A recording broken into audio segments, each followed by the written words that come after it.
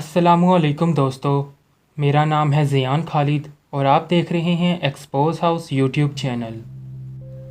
معزز ناظرین، دریائے فرات ایک مشہور دریا ہے۔ اس میں پانی کی فراوانی ہوتی ہے۔ نبی پاک صلی اللہ علیہ وسلم نے خبر دی ہے کہ علامات قیامت میں سے ایک یہ بھی ہے کہ یہ دریا اپنا رخ بدلے گا اور اس میں سے سونے کا پہاڑ ظاہر ہوگا۔ لوگ اس سونے کی خاطر لڑیں گے اور ان کی ایک بڑی تعداد اس کے اندر ختم ہو جائے گی۔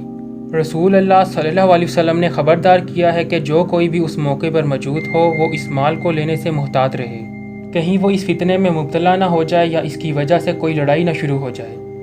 سیدنا ابو ہریرہ رضی اللہ عنہ سے روایت ہے کہ رسول پاک صلی اللہ علیہ وسلم نے ارشاد فرمایا، قیامت اس وقت تک قائم نہ ہوگی کہ جب تک دریائے فرات سے سونے کا پہاڑ ظاہر نہ ہو جائے۔ لوگ اس سونے کے لیے جنگ کریں گے اور ہر 100 میں سے 99 لوگ قتل ہو جائیں گے، اور ان میں سے ہر آدمی یہی سوچے گا کہ شاید میں ہی وہ آدمی ہوں جو زندہ بچے گا۔ اس کے علاوہ ایک اور روایت میں آتا ہے کہ جو کوئی بھی اس موقع پر موجود ہو وہ اس میں سے کچھ نہ لے۔ دوستو، سیدنا ابن ابی کعب رضی اللہ عنہ کہتے ہیں کہ لوگ ہمیشہ دنیا کا مال جمع کرنے کے لیے گردنیں پھنساتے رہیں گے۔ میں نے رسول پاک صلی اللہ علیہ وسلم کو یہ فرماتے سنا ہے کہ ان قریب فرات سے سونے کا پہاڑ ظاہر ہوگا، اور جب لوگ اس کے بارے میں سنیں گے تو اس کی طرف دوڑ پڑیں گے۔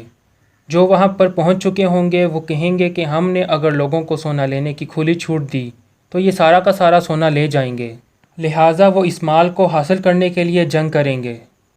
ناظرین کرام، احادیث میں بیان کردہ لفظ انحصار کے معنی انکشاف کے ہیں، اور وہ پہاڑ حقیقی اور اصلی سونے کا ہوگا۔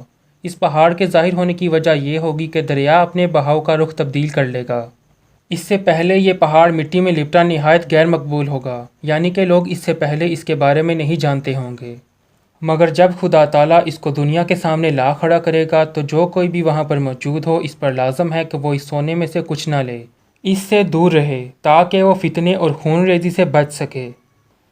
قیامت کی یہ نشانی فی الوقت تو پوری نہیں ہوئی، مگر خدا تعالیٰ بہتر جانتا ہے کہ یہ کب ہوگا۔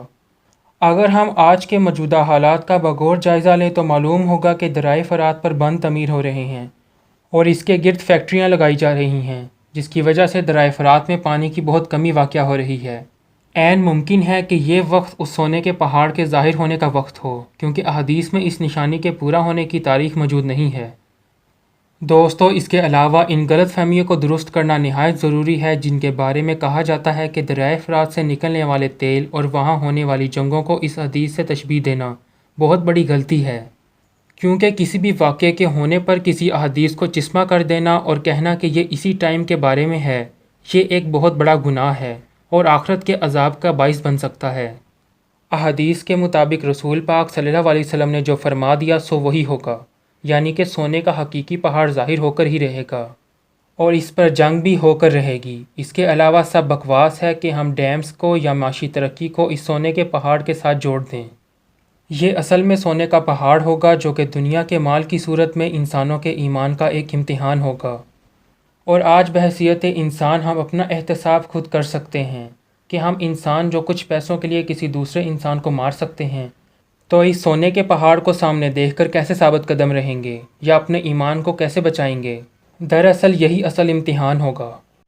اور آخر میں دعا ہے کہ خدا ہمارا، آپ کا اور ہمارے پیاروں کا خاتمہ بالایمان کرے اور ہمیں ہر فتنے سے محفوظ رکھے۔ آمین۔